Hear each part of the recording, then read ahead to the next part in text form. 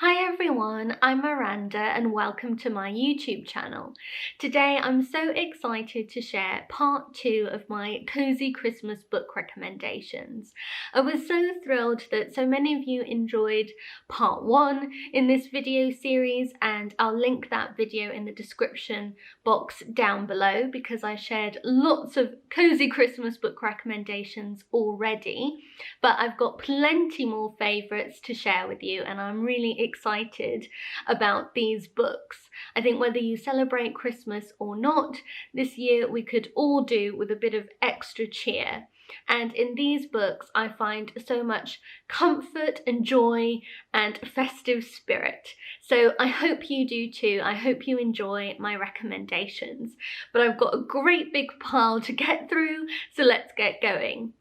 First of all, I wanted to share this gem of a book which my mum first read to me when I was little, but is still a firm favourite with both of us, and that's The 13 Days of Christmas by Jenny Overton. It's beautifully illustrated by Shirley Hughes as well, which makes it extra special because I love her illustrations.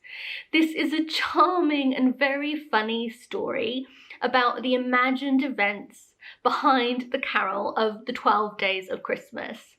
It's about a family who are rather fed up of their older sister who can't cook at all, and they wish that she would just marry and get off their hands.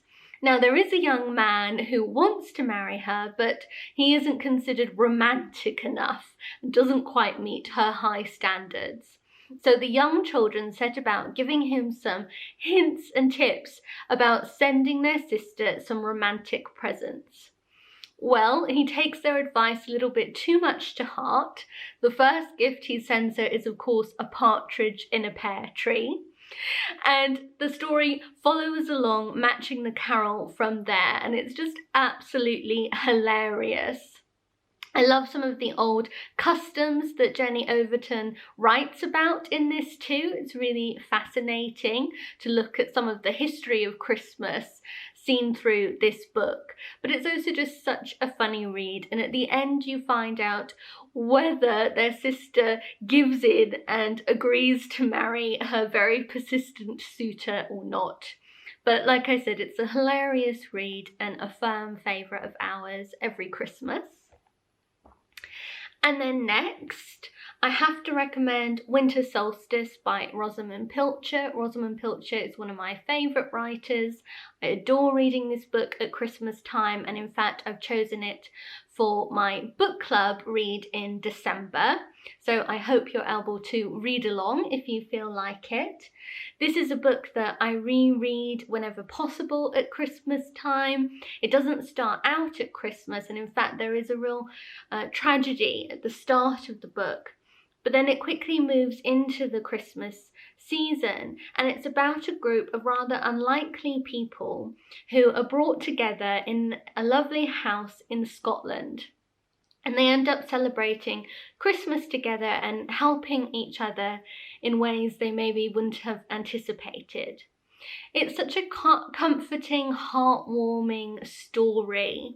It's really all about how we can help each other and celebrate the true spirit of Christmas together, even through difficult years and difficult times in our lives. I find it such a moving story, and I also like to try to read it in real time when possible, because from I think about either the 19th or 20th of December in the book, the story starts unfolding day by day, so you can read each day on the appropriate date, if that makes sense. And I love to do that, although I won't be doing that this year because we'll be discussing the book on the 20th. But normally I do love to read each appropriate section following each day in the run-up to Christmas. It just is a very special tradition for me to do that. But yes, a wonderful, heartwarming read for this time of year. And then I also wanted to recommend Miss Plum and Miss Penny by Dorothy Evelyn Smith, which is a rather curious story about a 40-year-old spinster, Miss Penny, And the story starts out in late November on Miss Penny's birthday. And every year on her birthday, she receives a letter from her former lover, whom she never married because her parents highly disapproved of him. But she always wonders what if at every birthday when she gets a letter from him. And she thinks about whether she's truly happy in her choice to remain single. There are some other eligible bachelors in the village, and she has fun, I would say, pondering if she should marry either of them. But then this year is different. On her birthday, Miss Penny receives no letter from George, her former lover. However, when she heads out for some birthday treats, she happens upon a suicidal young woman called Miss Plum and stops Miss Plum from trying to drown herself in the duck pond. Miss Penny takes pity on Miss Plum and invites her back to her home, where she nurses and takes care of her.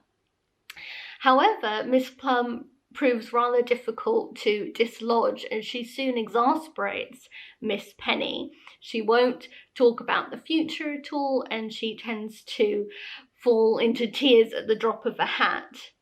I enjoyed this book because there are some lovely Christmassy scenes in it. There's a wonderful skating scene, and there's a lovely carol singing scene, and there are some also touching episodes in this book with some of the more minor characters. One of Miss Penny's eligible bachelors is the village vicar, and he is a widower who also has a rather difficult relationship with his son. And I thought one of the strongest elements of this book is how Dorothy Evelyn Smith writes about that father and son relationship and the tension there, but how over the Christmas period they're able to find some sympathy and understanding with each other, and that's a really special part of the book. In general, it's meant to be just a very sort of light-hearted, if slightly dark, comic book. I mean, it certainly is of its time and doesn't deal with, issues of mental health, for instance, the way we would speak of it today, but it is just meant to be quite a light-hearted read and not taken too seriously. A lot of adventure happens when Miss Penny's former lover George actually turns up and asks Miss Penny to marry him again. And this is really a book too about realizing what actually makes you happy in life, about being content with your lot and finding pleasure and joy in the everyday. I enjoyed that about the book, as well as its Yorkshire setting, and there are some lovely Christmassy scenes in it, which is what makes it a good read for this time of year. So I wanted to recommend that one. And then I wanted to recommend a few mysteries of the sort of snowbound English country house party style mystery. The first is one of the British Library Crime Classics series. It's called Mystery in White by J. Jefferson Farjan, a Christmas crime story. Now, these aren't really the best mysteries, I have to say. However, they're the sort of thing that's quite fun to curl up with over December and just read quickly. They're quite fun, light reads. This one is very atmospheric because it's about people who get stranded on a train journey.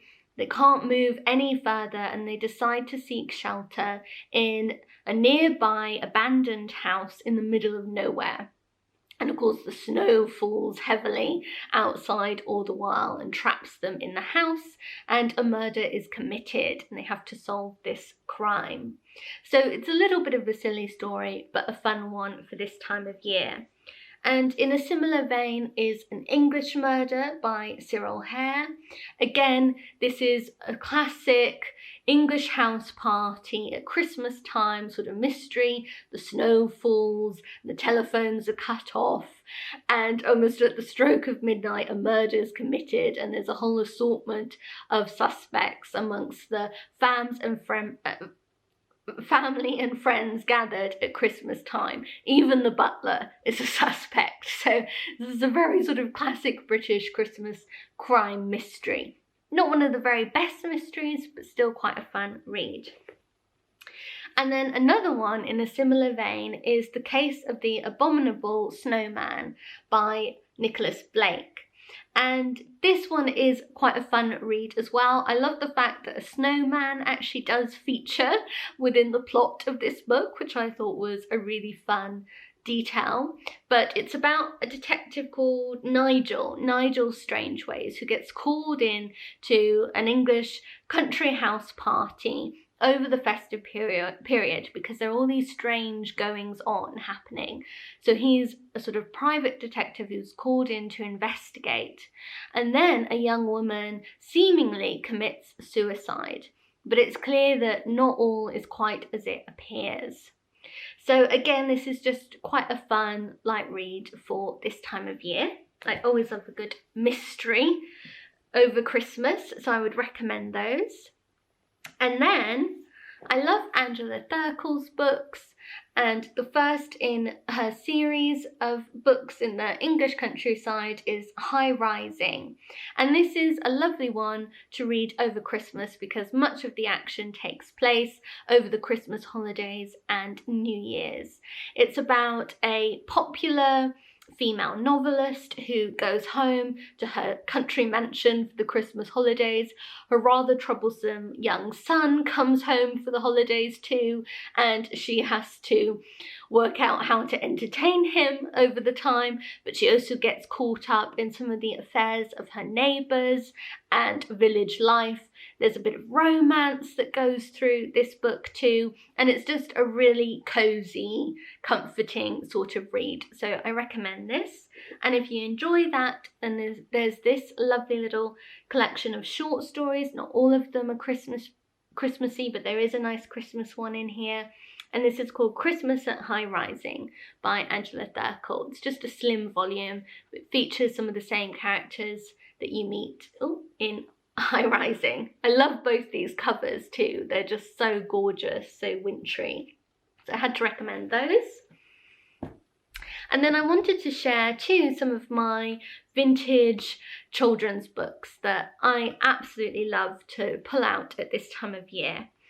This is another book that my mum read to me when I was little. It's The 24 Days Before Christmas by Madeleine L'Engle. And it's really such a lovely story. It's about a young girl who is going to be an angel in the Christmas play, in her school Christmas play, and she feels nervous about it because she's a bit tall and awkward for her age. Her mum is also expecting a new baby, so things this Christmas are just making her a little bit anxious. But it's just a really cosy, beautiful Christmas story about a lovely family. And every day in the lead up to Christmas, the parents arrange something special for the children to do, whether that's getting their advent calendar on the 1st of December, or going out to cut holly another day, putting up some Christmas decorations on yet another day, or doing some crafting, some baking, things like that. And I absolutely love that idea of arranging some simple but special little treat to do on every day in the lead up to Christmas. I think if you have a family, that's such a lovely idea. And what I really like about that too is in this book, the parents really expect the children to actively participate in these treats each day. It's not just something that the parents sort of organise and do completely. The children really take responsibility for it as well, which I really love. But of course their poor mother ends up having to give birth at the end in the midst of a snowstorm that keeps them all at home, so it's quite dramatic. But it's just a really charming, lovely Christmas story that I really recommend. And then another favourite read is Fell Farm for Christmas by Marjorie Lloyd. This I think is the second book in her Fell Farm books. There are 3 in the series. And this follows a really charming little family. It's 2 sets of twins and then just one child who doesn't have a twin. You always feel a bit sorry for.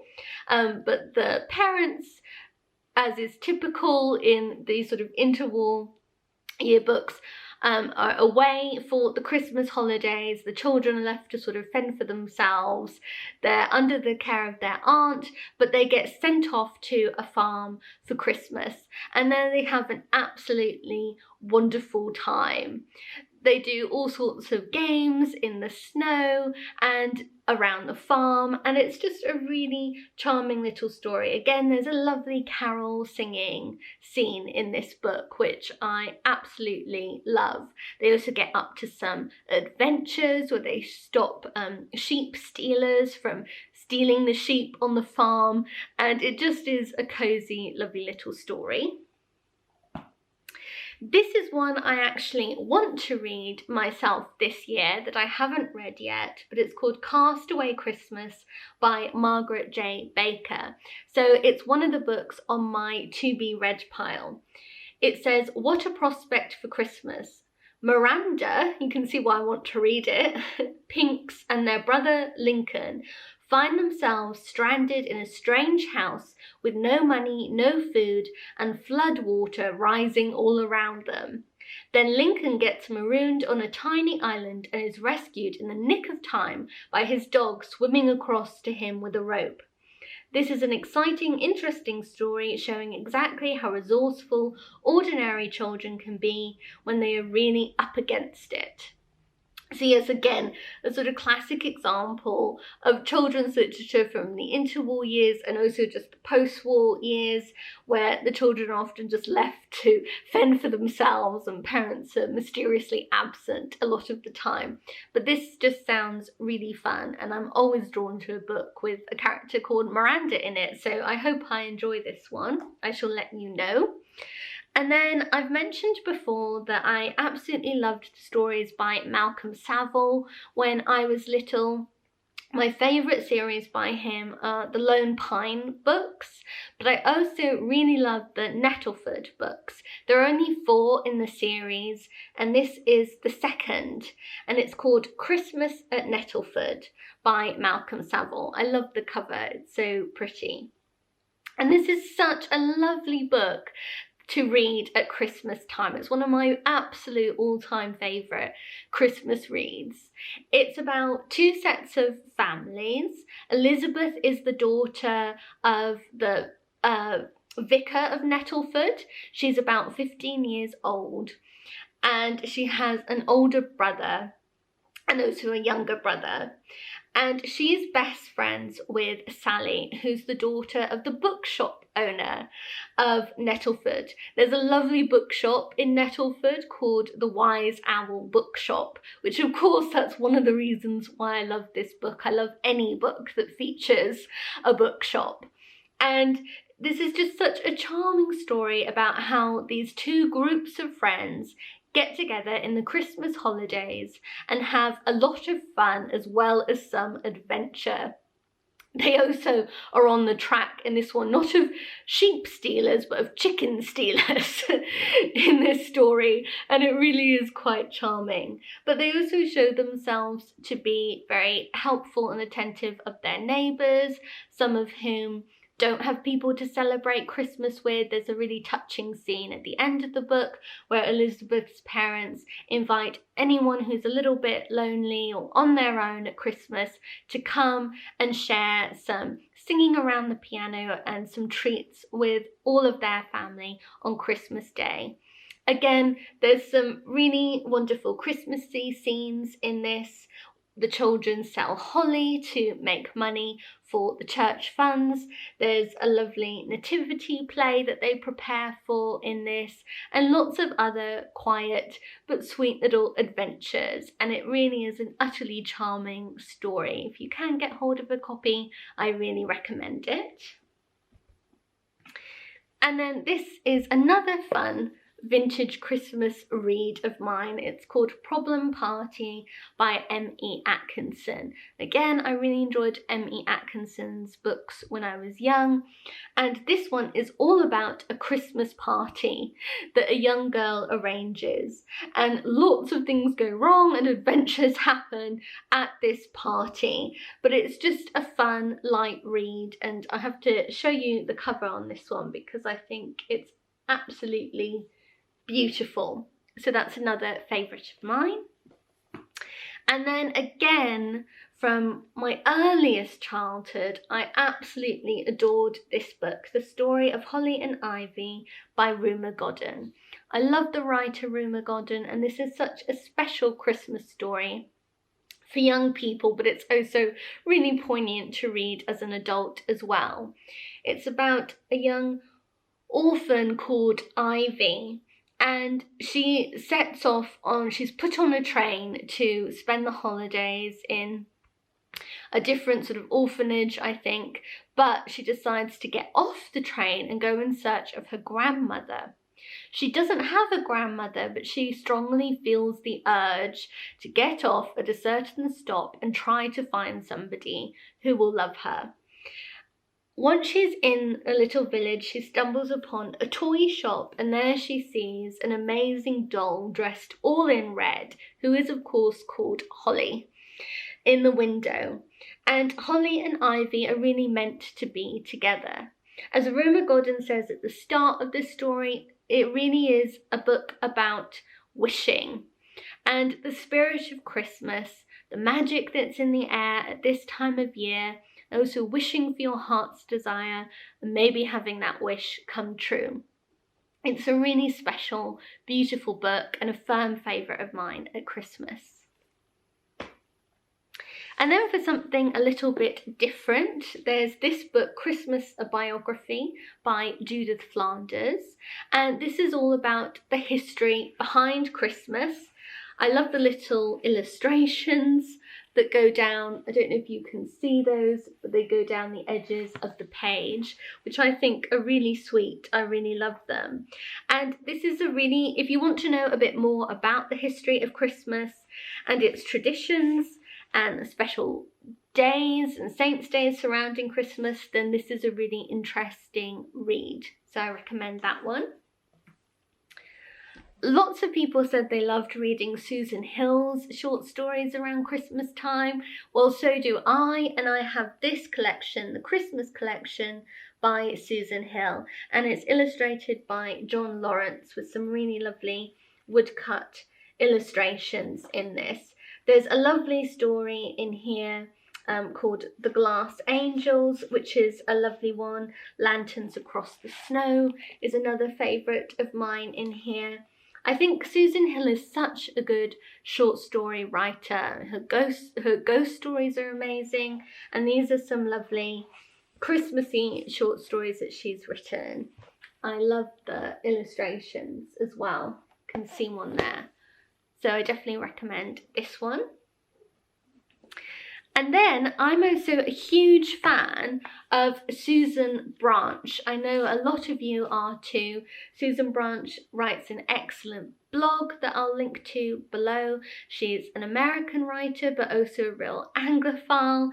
She's written lovely books about her love of England and also her wonderful life in the States and her love of food and traditions.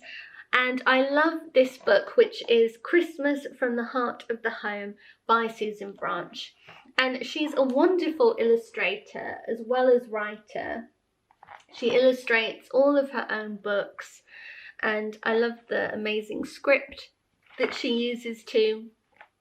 This is a lovely book full of recipes for Christmas, but she also includes lots of lovely seasonal quotes in her books, which I really enjoy, and little tips for sort of homemade Christmas gifts and things like that. I love her ideas for a teddy bear tea party for young children and breakfast and brunch. So a really lovely book.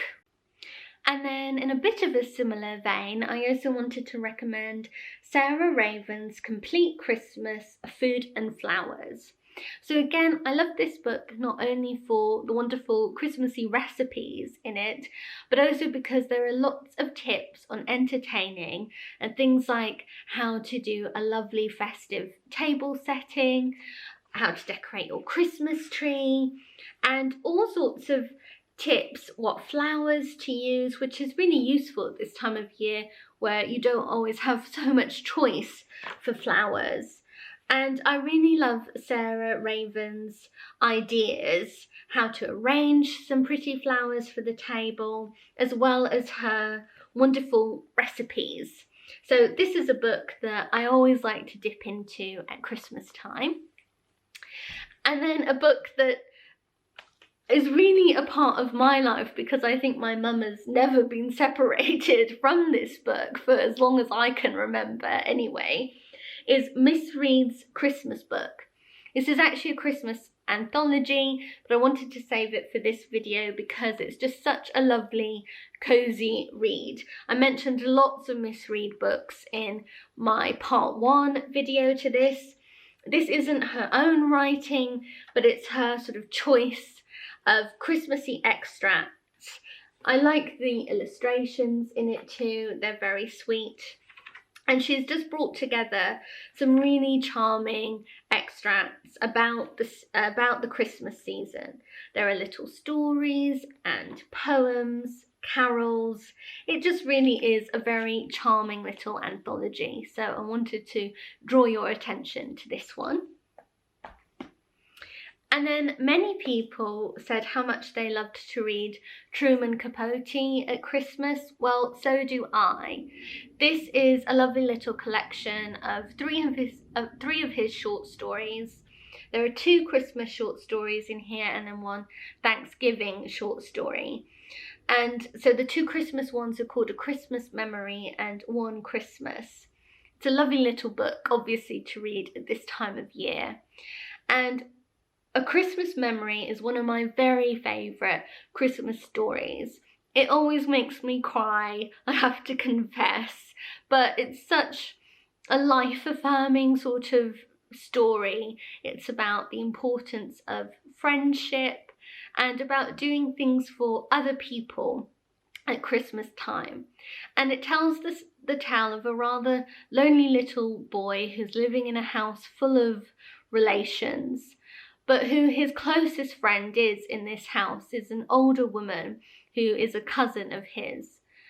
They're both rather neglected and not treated particularly well by the other relatives and given very little money, but they find so much joy in each other's company and they get up to their own Christmas adventures together. One thing that they do every year is to make 30 odd fruit cakes at Christmas time and they send them to their friends. And it's just such a touching, heartwarming story. If you've never read it before, then I really recommend it. But I know it's a story that's on many people's annual Christmas reading list. So I wanted to mention that too.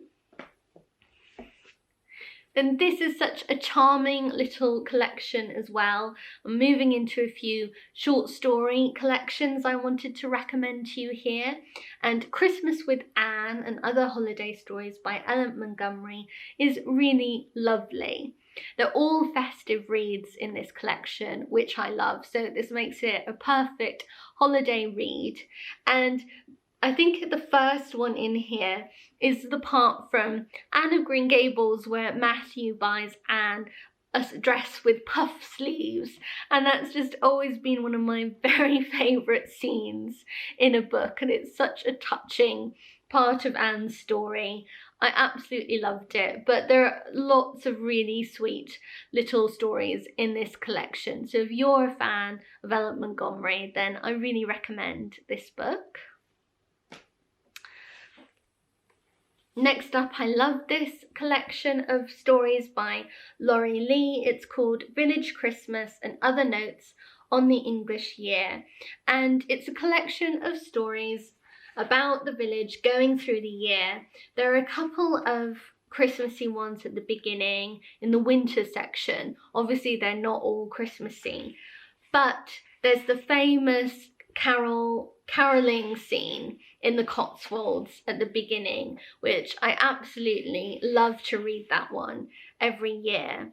And then there's, I think, a couple other stories. There's A Cold Christmas Walk in the Country and My Country Childhood, which is a bit of a New Year's Eve story as well.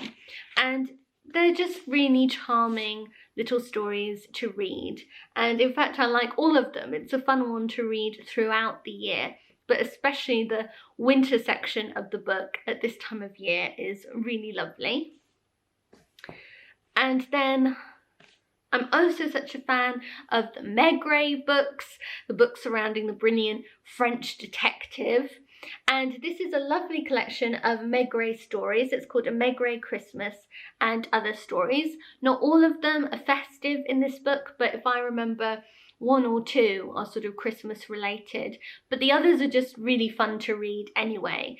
I really enjoy curling up with sort of cozy crime type books at this time of year. Meg Ray isn't as cozy as some books, but they're not that gruesome either. They are always more involved in the sort of psychology of crime, which I find interesting. And this is definitely a lovely collection of short stories. And if you've never read one of the Meg Ray books, then it would be maybe a good place to start to get a feel for this style of mystery writing, which I do really enjoy. And then this is a really fun little collection of stories. It's called An Almost Perfect Christmas by Nina Stibb. Nina Stibb is such a funny writer. She's got a real flair for the comic. One of my favourite scenes in this book is when Nina describes her mother's attempts at making the Christmas turkey, and it is completely dry every year. Really a disaster. Her mum couldn't cook at all, poor thing. But there are lots of really funny anecdotes in this, as well as sort of Christmassy short stories, also Nina's tips on Christmas correspondence, and it's just a really fun read. It would make actually a really good stocking stuffer too, because it's just a small little book. But I really love it. I think it's a fabulous, cozy sort of read for this time of year. And if your Christmas isn't perfect too, then I think this is a really comforting kind of book, because Nina's very good at still finding the sort of festive spirit and joy even in not ideal circumstances. So I do love it for that reason too. Another short story collection that I love is this one, Jeeves and the Yuletide Spirit and Other Stories, by P.G. Wodehouse. I think there's really only one very Christmassy short story in this. Unfortunately, P.G. Wodehouse didn't write a lot of stories around sort of Christmas time, but there is a very funny Jeeves and Wooster story in here that involves hot water bottles and a rather catastrophic Christmas Eve for poor Bertie. A bit of Jeeves getting his own back, which is always so fun in these stories. So I love that one. There's also Honeysuckle Cottage in this collection, which is the rather humorous ghost story that I read a little extract from in RT Reads Halloween special. So if you've been wondering where you can read that, then that's in here. And lots of other short stories too that aren't particularly festive, but are definitely fun to read and always set me laughing anyway. And then I also really like these little collections. I think there are more than this. I don't have them all, but I have Murder on Christmas Eve and Murder Under the Christmas Tree. And these feature a lot of Golden Age crime writers, and they're all sort of festive little mystery stories, which I really enjoy. I think they're predominantly Golden Age, but there are a few modern writers like Val McDermid has short stories in here, and they just look really fun, and they're the type of book that, again, it's just fun to curl up with them in the long December evenings with a mince pie and a hot chocolate. So I do enjoy that kind of festive short story collection. Then a couple others I really like are Christmas at Thompson Hall and Other Christmas Stories by Anthony Trollope, and Merry Christmas and Other Christmas Stories by Louisa May Alcott. These are really delightful short story collections too. I think it's so fun, as I've said before, to read short stories in the festive season, which is really a busy time for many of us, and sometimes you don't always have time to read a lot or to get through a whole novel, but being able to just pick up a book and read the odd festive short story is a really fun thing to do. And I love this series. It's the Christmas Classics by Penguin. And I think I have all of them, but these two are particular favourites of mine because I love the writers, Anthony Trollope and Louisa May Alcott. So I wanted to highlight these. Then I adore Noels Stratfield. I loved her book Ballet Shoes when I was little, and this is a lovely festive collection of her short stories. It's called Noels Stratfield's Christmas Short Stories. It would be a lovely gift for any young people in your life. There are some beautiful illustrations in the book, which I love. I love illustrated books, as you can probably tell. And these are really nicely done, which I really appreciate. And it says that originally written in the 1940s to 60s for annuals, magazines and the radio, these stories have never been collected before. So also, if you're a fan of Noels Stratfield, then it's quite special to have this little volume of her stories that have never been brought together in one before. So I wanted to recommend this one. And then finally, I wanted to talk about this book, Calm Christmas and a Happy New Year, a little book of festive joy by Beth Kempton. I think we would all like a calm Christmas and Happy New Year. And this is a lovely little book all about how to achieve a calm Christmas. It also gets you thinking about what Christmas really means to you. I think Beth Kempton shares sort of 5 stories or sort of variations of what Christmas means to different people, and she invites you to choose one of those meanings of Christmas, and then that helps you to construct the type of Christmas that will make you and your family happy. So which I thought that was a really interesting and good idea, and there are lots of really great ideas in this little book, so I wanted to recommend it too. Oops, all the books starting to fall down. I think I'd better end it there, but I really enjoyed sharing all of these wonderful reads with you. I hope you enjoyed my recommendations too. Let me know if any of these really caught your eye, or if there are any books I haven't spoken about that you love to read at Christmas time. I'd really love to know. But please do give this video a thumbs up if you enjoyed it. Don't forget to subscribe to my channel, which you can do by clicking on my face that pops up somewhere over here. But thanks so much for watching. Happy Thanksgiving to all of my American followers for tomorrow. I hope you enjoy plenty of pumpkin pie or whatever it is that means Thanksgiving to you. And I'll be back again very soon with another video. Goodbye.